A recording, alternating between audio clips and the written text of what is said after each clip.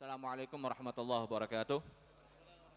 Alhamdulillah wassalatu wassalamu ala sayyidina Rasulillah Muhammad ibn Abdullah wa alihi wa sahbihi wa man walah. Wa la hawla wa la quwwata illa billah subhanaka la ilma lana illa ma 'allamtana innaka antal alimul hakim. Rabbi shrah li sadri wa yassir li amri wa hlul 'uqdatam min lisani yafqahu qawli. Allahumma 'allimna ma yanfa'una wanfa'na bima 'allamtana waj'alna mimman minal ladzina yastami'una al-qawla wa fayattabi'una ahsanahu amin. Amma ba'du, alhamdulillah kita saged kempal melih ngelanjutaken ngaji kita tentang kitab Tarikhul Hawadits wal Ahwal Nabawiyah karanganipun Abu Ya Lima Muhaddits Sayyid Muhammad bin Ali Maliki rahimahullah. Tentang pertemuan terakhir kita pun bahas ikhwatuhu minar radha'ah, saudarane Kanjeng Nabi saking sepersusuan. Ya. Iki nek ditakoni meneh sik kelingan apa ora iki? Ya, nek ujian kita ya 30 kabeh paling.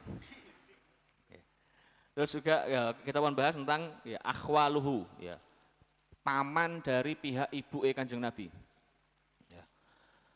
Kita masuk sekarang di pembahasan hijrah atau kisah hijrahnya Nabi SAW dari Mekah menuju ke Madinah. Tapi perlu diingat bahwa hijrahnya Nabi ini bukan hijrah yang ya koyok sampean-sampean nek putus kok pacare move onan iku ora. Ya. Nabi niku hijrah dari Mekah ke Madinah setelah melalui proses 13 tahun dakwah di Mekah. Ya. Proses 13 tahun dakwah di Mekah dengan gangguan yang sebegitu beratnya ya, sampai kemudian istri dan pamanda beliau wafat. Ya, sebelum hijrah pun beliau punya persiapan. Ya.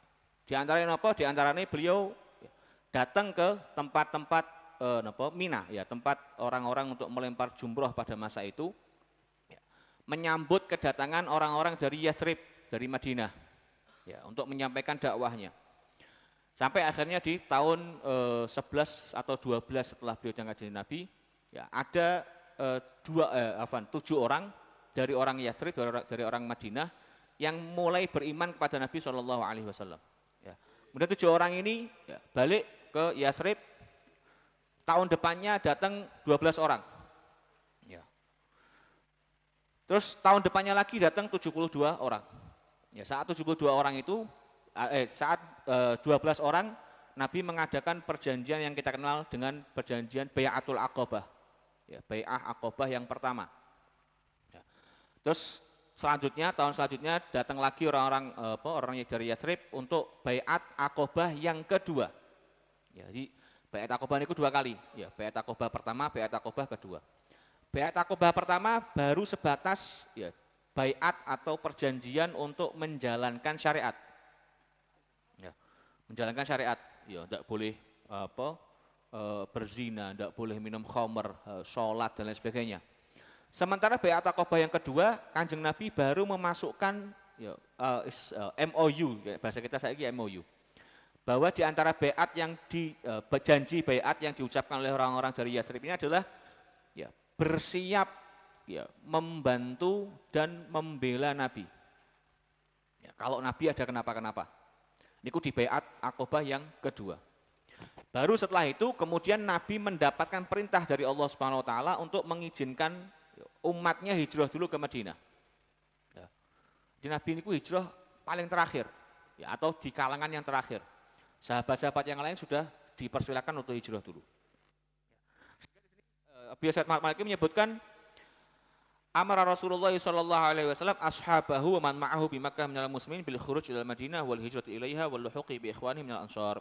Ya, Nabi sallallahu alaihi wasallam memerintahkan sahabat-sahabatnya beserta siapapun yang bersama sahabat tadi, maksudnya keluarganya. Ya, untuk apa? Untuk khuruj ilal Madinah, keluar menuju ke Madinah, wal hijrati ilaiha, hijrah. Ya, hijrah ini bahasa Indonesia apa? Pindah. Ya, pindah. Orang move on loh ya. Move on kan awakmu tok. Ya, wal luhuqi bi ikhwanihim minal ansar, dan nyusul saudara-saudaranya yang ada dari kalangan al-ansar. Orang-orang Yathrib yang masuk Islam disebut dengan al-ansar, ya, para penolong. Sementara orang Mekah yang hijrah ke Madinah disebut dengan muhajirun atau al-muhajir. Berarti memang Nabi niku penyiapno, ya. Sebelum hijrah sudah ada orang yang Islam di Yathrib pada saat itu, ya, yang kemudian namanya sekarang menjadi Madinah. Jadi orang asal pindah-pindah. Ya. Jadi pindahnya Nabi atau hijrahnya Nabi ini bukan wis pokoknya sementing ngaduh saka mantanku, ora. Ya. Memang ada pertimbangan macam-macam. Ya. Pertimbangannya macam-macam. Dan Nabi disebutkan dalam riwayat, Nabi itu pemilihan hijrah ke Madinah pun juga bukan atas inisiatif beliau. Ya, karena perintah dari Allah Subhanahu wa taala. Nah, ini Madinah itu kota pilihan, ya, kota pilihan. Waqala, dan Nabi SAW juga menyatakan, innallaha azza wa jalla ja'ala lakum ikhwanan wa daran ta'manuna biha. Allah Subhanahu wa taala menciptakan atau menjadikan bagi kalian di sana, ya, di Madinah itu ikhwanan, ya, saudara-saudara, wadaron, dan tempat bernaung yang kalian akan aman di sana. Ya, tidak akan diganggu. Karena saat itu sudah ada kepala suku dari Aus dan Khazraj yang sudah masuk Islam. Di Madinah niku tidak banyak tidak terlalu heterogen, ya, sukunya. Yang paling besar niku suku Aus dan suku Khazraj. Paling besar niku suku Aus dan suku Khazraj. Lah dari pemimpin kedua suku ini sudah ada yang masuk Islam. Ya. Maka zaman itu ketika sudah kepala sukune wis mlebu Islam, aman lah pokoknya lah. Ya. Anak boyo ora mungkin ganggu. Ya, ibaratnya nek saiki awakmu kenal mbek bos-bos lah. Ya. Fakharaju arsalan. Kemudian para sahabat yang dapat perintah dari Nabi ini keluarnya, ya, rombongan-rombongan. Ya. Dan tidak ada yang betul-betul rombongan banyak full, tidak ada. Kenapa? Karena mereka takut kalau ketahuan. Ya, mereka berangkatnya diam-diam. Ya, rombongan mungkin 2 orang, 3 orang, 5 orang, ya, berangkat malam. Ya.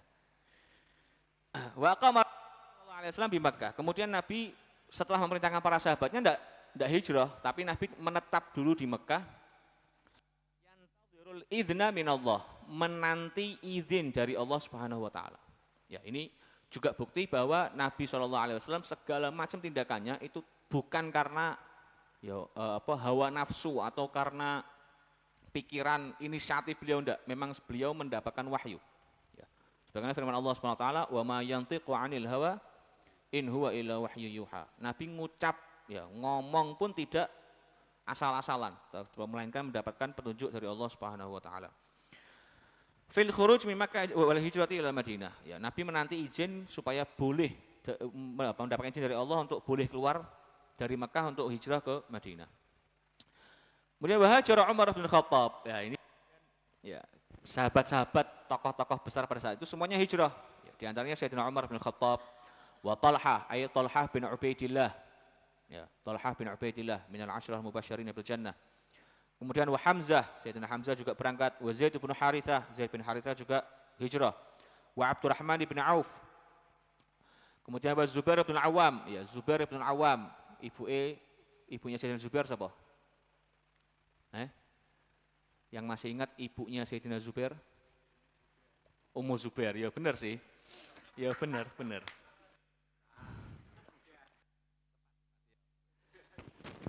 Ya hadiah.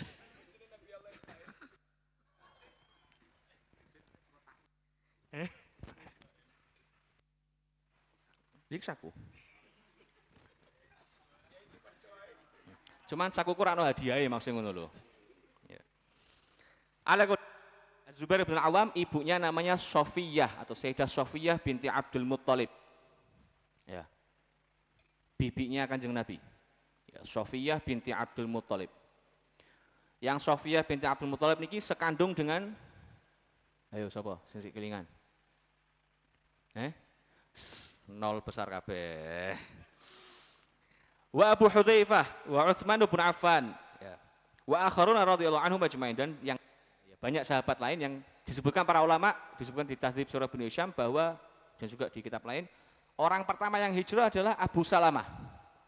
Abu Salamah Abdullah bin Abdul Asad, ya. Itu yang orang pertama hijrah. Ya. Dan sekali lagi semuanya tidak ada yang terang-terangan, diam-diam. Rombongan 3 orang, 5 orang, ya, 7 orang, ya, tidak pernah rombongan akeh. Dan tidak ada yang terang-terangan, ya, kecuali dikisahkan Sayyidina Umar bin Khattab. Kecuali Sayyidina Umar itu saking kendele, tapi kau coba tiru loh ya. Saking kendele niku Sayyidina Umar persiapan mau hijrah, ya. Malam beliau mau berangkat, pagi niku beliau bawa busurnya ya, dengan anak panahnya dan bawa pedang datang ke rombongan orang-orang ya, pembesar Quraisy yang lagi duduk-dudukan di sekitar Ka'bah. Karena zaman-zaman niku orang-orang Quraisy niku nek linggih-linggihan nek kongko-kongko niku di sekitar Ka'bah. Kemudian Sayyidina Umar datang ke rombongan itu ya, terus woro-woro ya.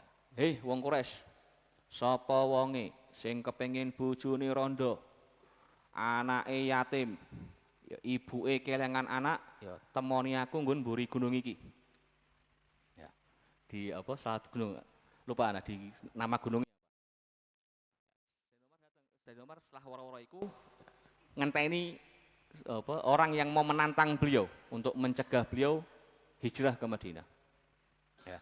Dan disebutkan dalam sejarah tidak ada satupun orang-orang Quraisy pembesar-pembesare sing marani Sayyidina Umar. Ya, saking wedine dengan Sayyidina Umar. Hanya beberapa ada orang yang disebut di itu mustad'afin, orang-orang yang ya apa bahasa saiki apa kroco-kroco. Sing jane iku mereka maju bukan karena karepe dhewe, karena dipaksa mbek bos-bose. Ya.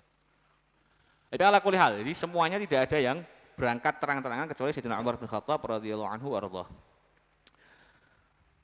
Wa tataba'atil hijrah, kemudian dari semua orang-orang Mekah itu ya apa istilahnya terus-terusan ya apa namanya berangkat hijrah semuanya. Walam yatakhallaf ma'a Rasulillah bi Makkah, tidak ada satupun yang tinggal atau tetap di Mekah bersama dengan Rasulullah SAW ghaira man hubisa wa futina, kecuali atau selain orang-orang yang hubisa, yang ditahan. Ya. Jadi zaman dulu ketika ada orang yang ya, masuk Islam, kemudian keluarganya ini punya power, punya ya, kekuatan, maka orang yang masuk Islam ditahan. Ya, di penjara atau dipasung, beberapa dipasung. Masuk diantaranya adalah putrane Suhail bin Amr, Abu Jandal. Masuk diantaranya adalah Abu Jandal. Abu Jandal niku putra dari Suhail bin Amr, ya, ikut dipasung supaya tidak ikut dengan Nabi Muhammad SAW. Illa Ali bin Abi Thalib, kecuali ya, selain dari orang-orang tadi, ya, juga ada sahabat Ali bin Abi Thalib. Ya, sahabat siapa? Sayyidina Ali. Karena Sayyidina Ali tinggal sama Rasulullah, ya, bersama dengan Rasulullah. Wa Abu Bakar bin Abi Quhafah radhiyallahu anhu, dan juga sahabat Abu Bakar Siddiq. Nah ini yang menarik karena Sayyidina Abu Bakar itu ketika semua sahabat wis hijrah, disebutkan Sayyidina Abu Bakar itu sempat minta izin ke Rasulullah. Ya, bahkan disebutkan beberapa kali.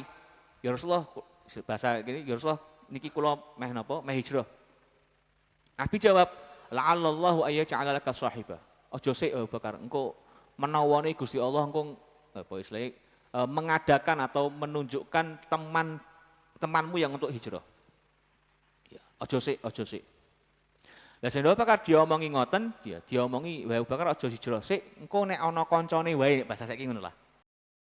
Sayyidina Abu Bakar niku pun karep, ya, pun berharap mudah-mudahan sing ngancani aku mengko hijrah Kanjeng Nabi sallallahu alaihi wasallam.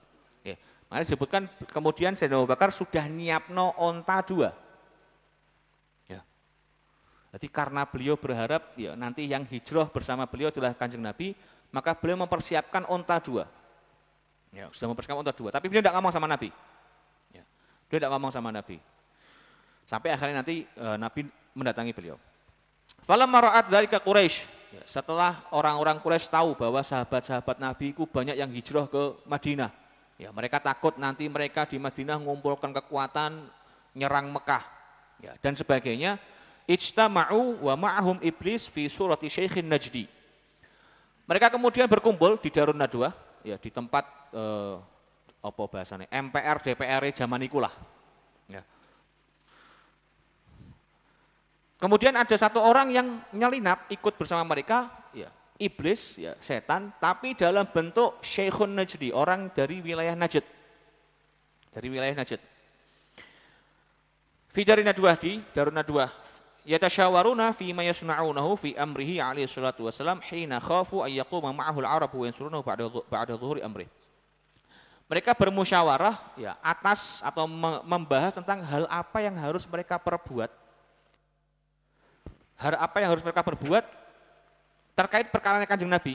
Ya, karena mereka takut nanti orang-orang Arab yang lain akan menyerang dan atau akan menjadi penolongnya Nabi atau menolong Nabi sehingga kemudian mereka kalah. ya, kalah suara, kalah pamor, kalah segala macam. Ya, maka mereka kumpul. Ya, rapat pencegahan hijrah Nabi. Ya, RPN, rapat pencegahan Nabi. Ya, fa'ajma'u ala qatlihi. Kemudian mereka sepakat untuk membunuh Kanjeng Nabi. Nah, di riwayat lain disebutkan di Tahdzib Surah Ibnu Hisham bahwa setiap ada orang ya usul, engko ngene wae. Ya, bahasane zaman niku lah Nabi Muhammad di kerangkeng wae. Lah iblis dalam bentuk ya syekh tadi jawab, ora iso ngono, iku nek ngono malah ngene. Ya, ganti usul. Usul meneh engko iblis sing apa? Yang menyetop usul tadi. Jadi iblis ku mboten usul tapi ngarahke usulan.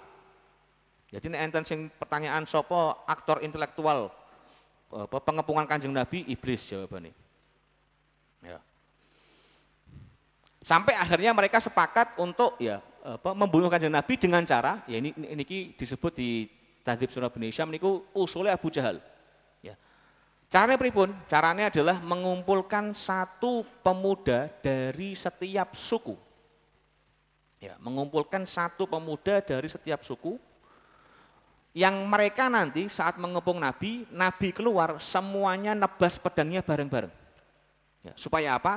Supaya nanti kalau Bani Hashim dan Bani Muttalib mau menuntut balas, mereka tidak bisa menuntut balas karena pelakune semua suku yang ada di Mekah. Karena teori zaman dulu, hukuman zaman dulu atau proses zaman dulu ketika satu orang dibunuh, ya, sukune ora terima, sukune iso nuntut. Ya. Kalau suku pembunuhnya ini kemudian membela pembunuhnya, ya perang. Ya, makanya zaman semonten itu perang itu gampang. Perang itu gampang, bahkan hal yang sepele pun jadi perang. Nah, karena hal seperti itu, maka Abu Jahal usulnya wes ngene wae, suku pembunuh diambil dari satu persatu suku yang ada di Mekah. Yang jumlahnya ada puluhan itu. Nanti mereka ngepung, ya, terus nebasnya bareng. Supaya apa? Supaya ketika Bani Hashim nanti kalau mau nuntut ya, pembunuhnya, mereka dari sebanyak suku, tidak mungkin istilahnya perang dengan semua suku.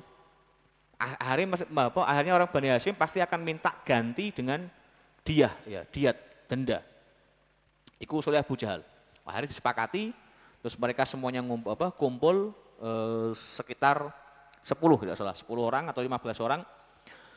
Ya, untuk ngepung rumah Nabi SAW. Ya, tapi sebelum itu fa'atahu Jibril. Kanjeng Nabi didatangi oleh malaikat Jibril. Faqala, malaikat Jibril ngabari, la tabit hadhihi lailata ala firasyik. Ya, wahai Kanjeng Nabi, la tabit, jangan tidur. Ya, di malam ini di atas ranjangmu. Karena dikabarilah bahwa iki bakal ada perencanaan pembunuhan terhadap dirimu. Kemudian Nabi fa'amara Aliyan radhiyallahu anhu. Nabi memerintahkan Sayyidina Ali untuk tidur di ranjang beliau. Nah, disebutkan di riwayat lain ya, saat Nabi memerintahkan Sayyidina Ali, wahai Ali tidur di atas ranjangku. Nabi niku sambil mengucapkan atau memberikan semacam doa bahasa saiki lah atau bahasa saiki motivasi lah. Ya.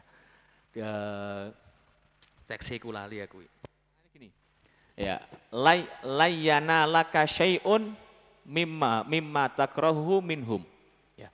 Wahai Ali tidurlah di atas Di atas kasurku, di atas ranjangku dan tidak akan ada satupun yang engkau tidak sukai ya, akan engkau dapati dari mereka. Artinya Kanjeng Nabi seakan memberikan jaminan, wis kowe turun kene ra apa-apa. Ya. Rombongan niku sing ngepung tidak akan dapat ya, atau tidak akan bisa membunuhmu atau membuatmu celaka dan lain sebagainya. Maka disebutkan di riwayat itu bahwa Sayyidina Ali dikisahkan menyebutkan bahwa malam itu adalah tidurku yang ternyenyak. Ya. Malam itu adalah tidurku yang ternyenyak. Kenapa? Karena Kanjeng Nabi wis janji aku rak bakal kenapa-kenapa. Ya. Niku bahasa kasarnya di antara bentuk yakine para sahabat ya termasuk Sayyidina Ali dengan setiap ucapan yang Nabi ucapkan. Ya, padahal wis ngerti iki bakal apa? Perencanaan pembunuhan. Ya nek cara awakmu waduh. Mungkin kasure pindah wae mungkin ngono ya. Sayyidina Ali tidak, Sayyidina Ali ya wis karena Nabi sudah mendoakan seperti biasa. Ya. Yang kemudian Nabi memerintahkan juga untuk ya, berselimut dengan serban yang biasa dipakai oleh Kanjeng Nabi untuk tidur di atas kasur tadi. Ya. Wa taqatta bi burdihil ahmar, ya, warna selimutnya warnanya akhdar, ya, hijau. Fakana awwala man ba'a nafsahu fi sabilillah. Maka Sayyidina Ali disebut atau dianggap sebagai orang pertama yang menjual dirinya di jalan Allah Subhanahu wa taala. Ya. Tsumma kharaja sallallahu alaihi wasallam alaihim. Kemudian Kanjeng Nabi setelah dikepung tadi, beliau keluar dari rumahnya. Wa qad akhadallahu absarahum anhu. Orang-orang yang ngepung tadi itu sudah Allah taala palingkan pandangannya. Jadi tidak melihat Nabi keluar. Di riwayat lain disebutkan Nabi saat keluar tadi membaca awal surat Yasin sampai faja'alna min baini aydihim saddan wa min khalfihim saddan fa aghshaynahum fahum la yubsirun. Ya. Sehingga ketika Nabi keluar itu tidak ada satu pun orang yang melihat Nabi keluar. Ya. Jadi rombongan itu tetap ibarat ini sik njogo Kanjeng Nabi kok sik ndeloki pintu rumah Kanjeng Nabi. Tapi Nabi lewat mereka tidak lihat. Ya. Falam yarahu minhum ahad, tidak satu pun orang dari mereka yang melihatnya. Wa nasara Rasulullah sallallahu alaihi wasallam ala ru'usihim kullihim turabana fi yadihi. Yang kemudian Nabi juga ya mengambil segenggam tanah, ya, kemudian dilemparkan ke rombongan orang-orang yang mengepung rumah Nabi sallallahu alaihi wasallam. Faja'a Rasulullah ila Abi Bakar radhiyallahu anhu. Ya, kemudian Nabi mendatangi Sayyidina Abu Bakar. Ini kalau di kitab ini, ya, Nabi mendatangi Sayyidina Abu Bakar setelah melewati pengepungan, ya, di malam, karena pengepungan itu terjadi di malam hari. Ya. Jadi kalau di kitab ini disebutkan setelah Nabi keluar dari pengepungan malam hari itu, baru Nabi ke rumahnya Sayyidina Abu Bakar. Di Sirah bin Hisham atau di Tahdzib Sirah bin Hisham disebutkan bahwa malam sebelum pengepungan, Nabi sudah ke rumah Sayyidina Abu Bakar. Untuk ngabari bahwa wahai Abu Bakar, ya aku sudah kasih izin sama Allah untuk hijrah, ya, maukah engkau menemani? Ya, Sayyidina Abu Bakar akhirnya kemudian menemani Nabi. Ya. Ala kulli hal, ya di sini disebutkan baca Rasulullah ila Abi Bakar. Faqala lahu innallaha qad adzina li fil khuruji wal hijrah. Allah Subhanahu wa taala sudah mengizinkanku untuk keluar dari Mekah dan hijrah. Faqala Abu Bakar, as-suhbata ya Rasulullah. Ya, Sayyidina Abu Bakar tanya, ya Rasulullah, apakah aku orang yang beruntung menjadi sahabatmu ya Rasulullah? Qala as-suhbah. Rasulullah jawab, ya benar, ya. Awakmu sing ngancani aku. Ya. Wa Abu Bakar radhiyallahu anhu minal farah. Ya, kemudian Sayyidina Abu Bakar nangis saking gembiranya. Ya, sampai di riwayat Sayyidah Aisyah disebutkan bahwa ma ra'aitu ahadan yabki minal farahi kebukai Abi Bakar yauma itu. Saya tidak pernah melihat orang menangis saking gembiranya sebagaimana nangisnya bapakku Abu Bakar ini ketika dapat ajaan untuk bareng sama Nabi Shallallahu Alaihi Wasallam. Ya. Wa qaddama Abu Bakar rahilatain. Kemudian Sayyidina Abu Bakar ya mengajukan dua kendaraan atau dalam riwayat lain ba'irain, dua onta. Karena qad a'addahuma li hadzal safar, yang mana Sayyidina Abu Bakar sudah persiapkan sebelumnya ya, untuk perjalanan hijrah. Sekali lagi bahwa Sayyidina Abu Bakar sebelumnya sudah beberapa kali minta izin sama Nabi untuk hijrah. Ya, tapi sama Nabi engko sik menawani ana koncone awakmu. Ya. Ya, setelah itu Sayyidina Abu Bakar sudah berharap bahwa mudah-mudahan sing ngancani aku Kanjeng Nabi sallallahu alaihi wasallam. Ya. Wastajara Abdullah bin Uraiqid. Ya, kemudian Sayyidina Abu Bakar istajara menyewa seorang penunjuk jalan namanya Abdullah bin Uraiqid. Ya. Dan di saat itu Abdullah bin Uraiqid masih belum masuk Islam. Ya. Di saat itu Abdullah bin Uraiqid masih belum masuk Islam. Ya. Tapi niki nek cara awake dhewe fairnya dia. Ya. Ketika datangi sama Sayyidina Abu Bakar dikabari, bahasa gini, Pak, ki aku meh hijrah. Aku meh mara ning Madinah. Ya, kan durung ana jaman biyen durung ana Google Map. Ya, pokoknya sampai salah maca Google Map ndak ono. Ya. Jaman riyen niku ada orang-orang yang memang keahliannya itu ngerti arah. Ya, tahulah dari pertanda-pertanda. Di antara Abdullah bin Uraiqid. Nah, Sayyidina Abu Bakar datang ke Abdullah bin Uraiqid ngomong bahwa iki aku meh hijrah. Ya, dengan Nabi Muhammad. Tapi Iki nek aku metu mbek Nabi Muhammad, engko wong Quraisy bakal rame. Ya, wong Quraisy bakal rame. Wis kowe menengo, aja woro-woro mbek wong Quraisy. Ya. Abdullah bin Uraiqid dibayar ya meneng. Ya. Jadi nek ana wong saiki dibayar meneng ya ngono lah pokoknya lah ya. Orang buka kisah-kisah korupsi dan lain sebagainya wajar lah. Tapi ini menandakan bahwa orang dulu pun tahu ya mana bahasa kasarnya ki aku rak seneng mbek dhewe, tapi ki urusan dagang. Ya wis dagang. Bisnis, apa profesional. Cocok. Ya. Liyadullahu ma'ala thariq supaya Abdullah bin Uraiqid ini menjadi penunjuk jalan Nabi ya menuju jalan ke Madinah. Ya. Jadi Sayyidina Abu Bakar setelah mempersiapkan setelah dapat kabar dari Nabi, maka onta tadi, kendaraan tadi dititipkan ke Abdullah bin Uraiqid. Ya, terus ngomong nanti kita ketemu di Gua Thur. Ya, janjiannya ketemu di Gua Thur. Wa kharaja Rasulullah wa Abu Bakar min Makkah mustakhfiyain. Kemudian Rasulullah dan Sayyidina Abu Bakar keluarnya mustakhfiyain, diam-diam. Nah, ini kemudian dibahas oleh Syekh Al-Buti ya, di Fiqh Sirah. Kenapa kok Kanjeng Nabi kok diam-diam? Padahal Sayyidina Umar terang-terangan. Ya, apa Kanjeng Nabi ki kalah kendel mbek Sayyidina Umar? Ya, jawab Syekh Al-Buti, oh tidak, bukan seperti itu ya. Karena sosok Nabi adalah sosok yang menjadi panutan syariat kita. Ya. Sehingga seandainya Kanjeng Nabi niku ya saat mau hijrah terang-terangan, ya pokoknya sampai nantang kayak kasusnya Sayyidina Umar, maka akan ada turunan hukum wong nek hijrah ora entuk meneng-menengan. Kudu nantang sing apa? Orang-orang yang dia hijrahi dulu. Maka Nabi memilih supaya hijrah dengan diam-diam supaya orang menjadi hukum bahwa hijrah dengan diam-diam pun boleh. Ya, tidak ada masalah. Jadi aja mentang-mentang wah aku mah hijrah ki wis woro-woro ngene tanggamu ngene musuhmu. Sesuk aku mah hijrah lho. Pamane mbek debt kolektormu, sesuk aku mah hijrah, aku mah ngilang lho etane. Karena hijrah kita kadang-kadang karena dioyak debt kolektor. Ya. Walam ya'lam bi khurujihi sallallahu alaihi wasallam illa Ali wa alu Abi Bakar radhiyallahu anhum. Dan tidak ada satupun orang yang mengetahui kabar keluarnya Nabi kecuali Sayyidina Ali dan keluarganya Sayyidina Abu Bakar radhiyallahu anhum ajma'in. Ya. Wallahu a'lam bishawab. Nanti kita lanjut lagi karena kisah hijrah ini kisah yang sebenarnya cukup panjang ya, dan juga ada banyak pelajaran yang bisa kita ambil. Ya, mungkin ini yang menyebabkan beliau masukkan ya Syed Muhammad masukkan di bagian pertama. Karena kalau sejarah harusnya atau pase beliau masukkan di bagian kedua karena di bagian kedua ini beliau ngurutke tahun kelahiran terus diangkat jadi nabi dan seterusnya. Tapi mungkin karena ada pentingnya ya, hal di hijrah ini maka beliau majukan di bagian yang pertama.